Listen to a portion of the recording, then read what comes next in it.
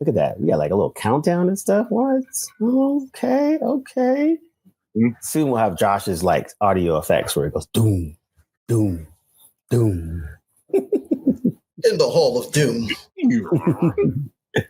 What's up, everybody? This is your man Cam. It is Blerdlines. We are back with another edition. With me, as always, is the guy with the most, Cam Bigelow, as well as Big Josh. And bringing up the rear is the professor. That started the semester again. It's time for everybody to learn, I guess. And we're back talking Dune Prophecy. It had 6 episodes in and out and wrapped. Didn't really get a chance to get, since we have 2 deep in the Dune lore folks with us. We definitely wanted to chit chat about it really quick. I don't even think it was going to be that long, but I definitely wanted to get your guys' take on it because I know it wasn't. It kind of is and it isn't Dune canon because it's his son's. It's based off a lot of his son's work, not necessarily his stuff. So there's a little discrepancies there. So there's some things where I'm like, I watched maybe 3 episodes of it, and I can see the production value was freaking amazing, but a lot of the story points and other things, I was kind of like, it's not grabbing me as the other ones did. But I wanted to hear what you guys have to say more about it. Well, let me ask you this. Why didn't it grab you? Are you familiar with, you watched the movie, but you haven't read the book, right? I read the book, but not for over 20 years. So that's why I should have done what you did and should have just read the book again just after the movies came out, but I didn't. So you watched both movies though? Yes. Okay. And you read the book a long time ago, but you said, despite your familiarity with it, the show Dune Prophecy didn't grab you. Yeah, it didn't grab me. I don't know what it was. I mean, it still was interesting enough, but it wasn't like I felt like I was compelled to watch every next episode. Like I was kind of like, oh, I can watch it. After I got to 3, I kind of forgot about it. And I was like, oh crap, it's almost at the end already. And then I was like, we'll probably do a podcast about it and you guys will fill in the gaps. So I'm not entirely sure what didn't get me, but I went past the first episode at the very least, but I think by like 2, 3, I was just kind of like, it's almost like I'm starting to drift off. Like, especially when we have heady sci-fi stuff, I like to like stop what I'm doing and really pay attention. But for some reason, this one just didn't get me like other things like that. Like something like The Expanse, which is also a slow moving, very deliberate plot. But I was engrossed in it every episode, even when there was no action, no nothing. I was still like, wait, what the heck's going on? These characters, I kept with it. Where like I think Dune by episodes 3, I started to trail off and I just never went back. Now that might be on me. I need to go back and read 4, 5, and 6. Watch 4, 5, and 6. But I noticed that for myself that, and I was kind of asking just people that are non-sci-fi people, and if they're watching it or not, and if they kept them. And I think a lot of them kind of trailed off, probably like 1 or 2 episodes. But I'd rather come back and go like, okay, folks, that's deep in the Dune lore, especially more familiar, more recent. What was their take on it like that? Yeah, I would say if you're not familiar with Dune, maybe this is a tough sell.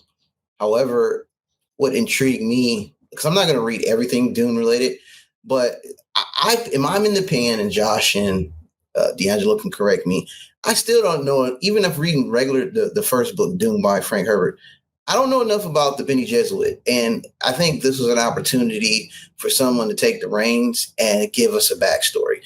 You mentioned it wasn't canon, but I think there's part of me that says, why not? This cannot be canon, right? Like if the son is writing this or spearheading this, then I would look at this as like an extension of Dune lore. And I had questions about why do certain characters look a certain way opposed to the film. And maybe I was going to get some answers or some type of story behind that. And I'm taking it for face value because it's an opportunity to talk about the Bene Gesserit and how they came up and how they made their footprint in the Dune lore. So that's what the part that intrigued me.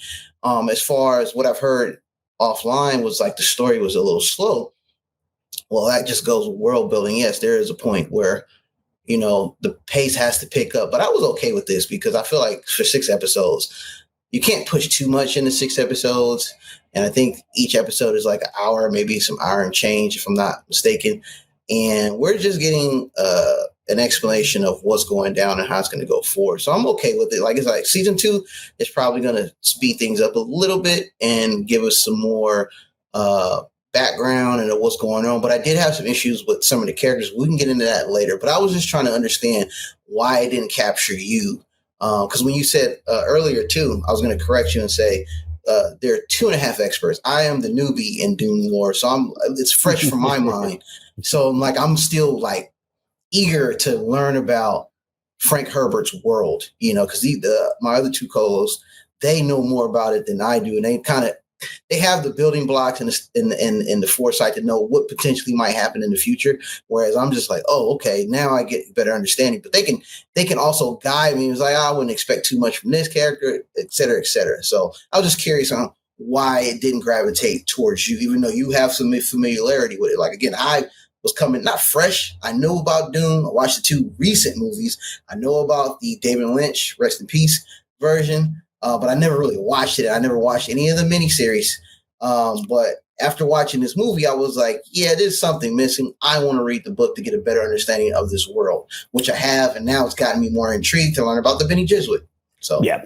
And then, so D, you're a lot more well-versed into the world and all the world building. The one thing I will say is when I watched it, I did like that aspect of it, of expanding the world more of what we knew, right? This is kind of the thing that, House of the Dragon did with Game of Thrones, right? You got a quote unquote prequel, so you get to hear or you get to see things that you've maybe read about or only heard a little bit about, and now it's expanding that. That's the one part of it for Dune Prophecy that I liked.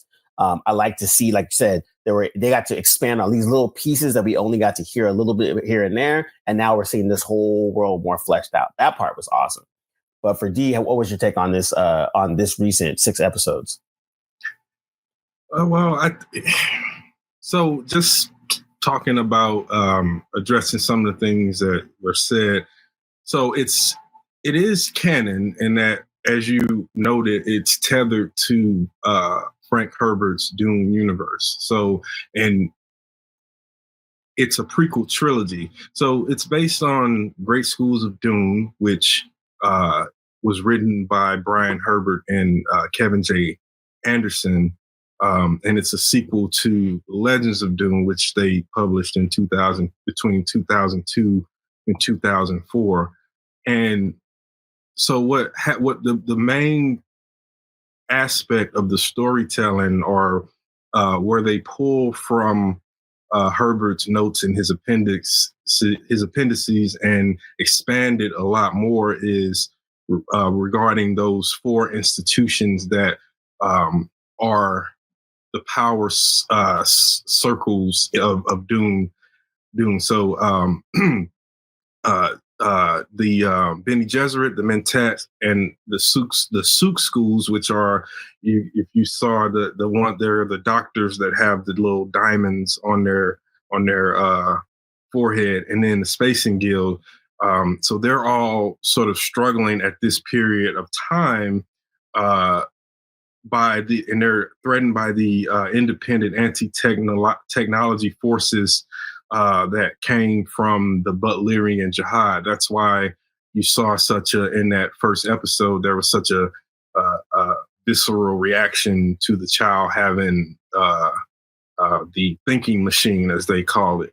But what I thought about those 6 episodes is that right now, I could immediately sense, going back to something that Cam said, that this isn't a story that's taken directly from Herbert as much as it is something from one of his larger ideas or concepts that's found in the appendixes or notes they expand upon. So I think it definitely can be taken as canon. I don't know if I'm enjoying the execution. Very quickly, we don't really get a lot of context of how the voice is developed. It's kind of just thrown in there, and not really. There was a missed opportunity, I thought, to really focus in on the sort of philosophical, the negotiation of philosophy and science that Herbert's Dune story was so popular for and well known for having for those stories. So I thought it wasn't boring. I didn't dislike it. I thought there were moments where it felt like there is a tether to Denis Villeneuve's films, but I don't know if it's doing a good job of tethering to the Dune universe or mythology that was set forth by Herbert. Now, having said that, there is a lot of room, and they didn't try to do too much at first, and so there's a lot of room for it to grow and to be to impress me more. Right now, I'm not that impressed, but I'm not turned away either. I think there's a lot of potential. I enjoyed the performances. I did not understand how they were depicting certain things and why they showed it that way. Specifically, House Atreides. I did not understand why House Atreides. I didn't get what was going on. I didn't understand how they could be lured in such a stupid way and be killed in such an easy way. The way that the main one is what Valia, and then it's Tula. Oh, yeah. Yeah, the younger sister and her assassination of the Atreides. I thought that twist could have been a little bit. It's in the execution that I'm having a problem with. It's not the content. It's in the execution that I had a problem with. So I don't know. We'll see where it goes. But right now, I don't know where to put it. Yeah. And then Josh, what was your take on it? Much the same like D'Angelo. I felt like it was good. It was good enough, but it could have been great, especially in sort of laying out certain aspects of how the story's told. But this is kind of the thing that I get the sense permeates a lot of the Brian Herbert and Kevin J. Anderson novelizations. That's why I didn't gravitate towards those. Like I kind of stayed with the mainline Frank Herbert books. That said, I think mostly, with some notable exceptions, like what D'Angelo pointed out with the development of the voice and a couple other things, like the murder of House Atreides at the beginning, as told in backstory. I think some of those things could have been fleshed out a good deal more. But that said, I think they're still doing a reasonable job. Like I said, good enough. It's not great. It's not bad. It's good enough. It's enough. There's enough meat on the bone for me to go back to it and watch it, and watch season 2. There were some eye-popping moments for all the other things, for all the lack of fleshing out in certain aspects. There are other aspects of it that I felt like did a good enough job, that I'd go back and watch. I'll go back. I'm here for season 2 for sure. Emily Watson in particular is doing a fabulous job with what she's been given. What's the other guy's name? Travis Fimmel is just, I haven't seen him in a lot of other stuff, but that dude is a revelation. He is really, really killing it as Desmond, man. He really, really, he's nailing it. But as far as, like D'Angelo said, it is canon in that it is sort of a prequel to the Denis Villeneuve universe of that angle, that sort of pathway of the storytelling, the movie, the visual media aspect of it. It's canon in that pathway. It's not necessarily considered canon as far as like the book world is concerned. And I think those are two distinctions we need to make. I agree. That said, like I said, it was good enough. But I think it's plagued by a lot of the same things that plague the Brian Herbert, Kevin J. Anderson. And I like Kevin. Particularly, I'm a fan of a lot of Kevin J. Anderson's Star Wars work as far as novelization is concerned. He's a good author. He's not the higher echelon. He's not like a Timothy Zahn or the like in terms of Star Wars authors, but he's a serviceable. He's a better than serviceable author when given material to sort of run with. And I think this is that. Just, again, I think he's constricted by the fact that they're working from a lot of annotation and glossary. Someone else's notes. Yeah. So I think they're I don't know if they're just hamstrung or it's a limitation of how, Brian Herbert being sort of the keeper of the scrolls, as it were. I'm not sure if it's just, him sort of narrowing the scope and the focus of how they do what they do, or if it's just, I don't know what it is, but there are definitely flashes of the things that make me not want to really delve into their novelizations of the continued universe. Yeah, it's kind of interesting because also this is one of those things where, we talk about all the novelizations of different IPs after the big stuff that happens, right? All the movies happen, and there's comics, there's novels, all that kind of stuff. We already talked about the RIP to the Star Wars extended novel universe that essentially got kaput after Disney took over. But that was an example of a really good way to do it because they literally were like, hey, here's a sandbox. Writers, do your thing. And they added and injected a lot of life into it that George probably would never even thought of, which is awesome.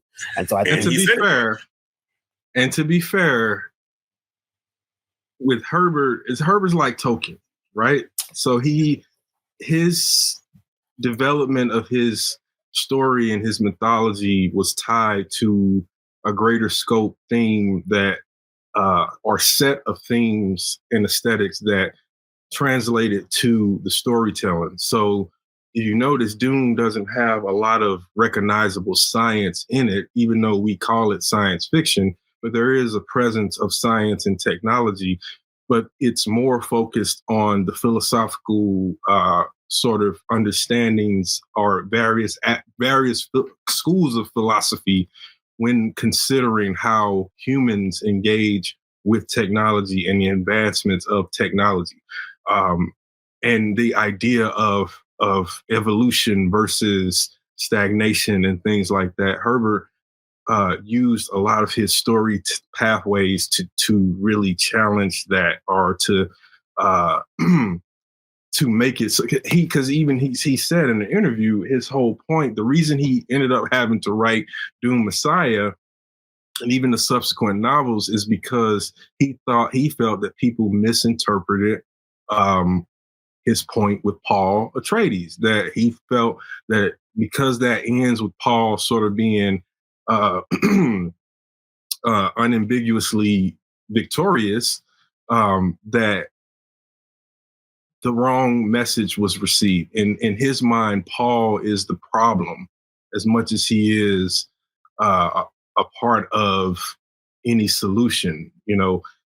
Paul's pathway to leading a holy war is sort of his point, which is even in under their best intentions, leaders sometimes end up taking us down really horrible and dark paths. And so I didn't feel that in Dune Prophecy storytelling, where there is a greater scope connection to those schools of philosophy that Herbert did so well, infusing in his characters. The Harkonnens, they're repulsive in manner and in appearance to sort of stand as a metaphor for what untapped, untold wealth and privilege does to the human over generations. Yeah. Josh? Yeah. And to piggyback on what D'Angelo was just saying, the whole point of Paul's ascendancy is, at least as far as from the angle that Frank Herbert was originally pursuing, was to sort of be wary, was to tell a story that basically, at least as far as Paul is concerned, is to be wary of charismatic leaders. Yes. You know, even with them being well-meaning, even with them giving you what you want as a constituent, you still need to be wary of them, because there's always another side to what they're looking for, what they're angling for, what their ultimate end game is, any number of things. So just be wary. Just be mindful. And again, you know, like D'Angelo said, you don't really get the sense, and I mean, I don't think you're gonna get the sense. Not as I'm saying it out loud, I don't think you're necessarily gonna get the sense that that's where the story is angling, because this is all telling the origin story of the Bene Gesserit, and so in that regard, all they know is that they need to bring it about. They don't know that they're not fully aware of the golden path, at least not at this point, and I don't think they're fully aware of what will come, what they get, once they get what they're seeking. Mm. So also, Josh just referred to the Golden Path, which is from Herbert's. The discussion of that starts in the third book, Children of Dune, with Leto Atreides, Paul's son. Yeah, Leto II, Paul's second son. Incidentally, the movies cut out the fact that Paul and Chani had one son that was murdered went on the attack on Siege Tabla, but they don't have a kid in the movies. But in the books, they had one who's murdered, and then their second child actually goes on to rule the known universe as the God Emperor. So that's the fourth book, the God Emperor of Dune. But he sees this what's called Golden Path, and what's revealed is that is the path that Paul was trying to avoid at all costs. He was trying to avoid that path, and there's it's hard to describe in a way that I think it's quick, fast, and resonates without more context. But I think the whole point is that you can kind of see how, again, the source material that they're pulling for Dune Prophecy is not as strong as what Denis Villeneuve is pulling from in terms of the Dune universe. You can feel that with the storytelling. Even though it's not bad. I'm just like Josh said, I'm interested to see where things go with season 2. I thought all of the performances were pretty solid, but there were some things that I thought just were missing execution wise. Glossing over the thinking machine war and not acknowledging the Butlerian jihad and who were the Butlerians and why they were different from the rest of the Landsgrad and things like that. You don't think they touched on it enough in sort of the prologue of the first episode? Because they didn't tell you who the butlers were, sure. But to me, it felt like they gave you just enough to go into the next thing. But I don't think they get right. The combination of how they explain the Butlerian War, the Butlerian Jihad, and then the formation of the Bene Gesserit in the wake of that. Yeah, you're right. That is a little, because you got to remember that the Butlerian Jihad was a big deal because there was not another like its kind until the Fremen Jihad, led by Paul Atreides. Sure. So to me, you have to show how that we go from they were slaves or under control by these machines, these matrix-like machines, thinking machines, to this Landsgrad with all these powerful, wealthy houses that control and govern and steward these planets. Right. I just think that there was a little bit of a disconnect and maybe a missed opportunity. It's not necessarily going to hurt it, but I just felt that showing that transformation or the difference of why society is different. The only thing we see now is that they don't have full control over Arrakis, and that the Harkonnens aren't at the center of power. They're actually very low. But We don't know what House Atreides' standing is. We know that there was one of them that's a hero. Right. But we don't know where they are politically in this whole grand scheme of things. And for Harkonnens not to be trusted, people certainly bring them into the fold real easy. Yeah. And Cam, what you said? I was going to say this has been a common theme amongst the two films I watched and this series. And you guys can attest more to this if this is true. But Dune is just an example of why you should read the novels. Yeah. There's always a case for a lot of things that have been adapted from novels or books, whatever. But Dune is really one of those, like, even after watching a person's best effort, you still probably should go read the original source material because there's just things just left out. But again, I don't think Dune Prophecy suffers too much from this. There are some elements, but there could be some, like I said, the voice.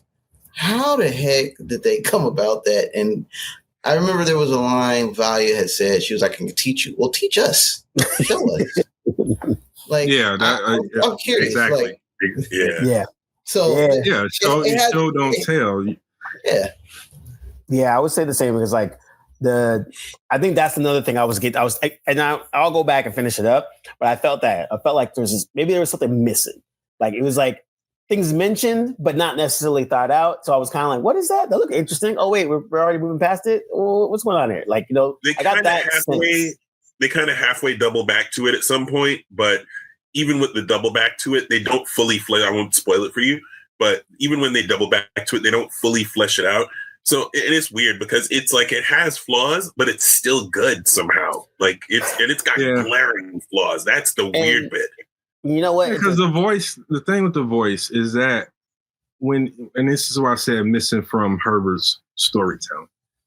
When in the book, when Jessica and Paul both drink the water of life and they have to transmute that poison, he describes it in great detail of what's happening, but not in a way that is entirely scientific.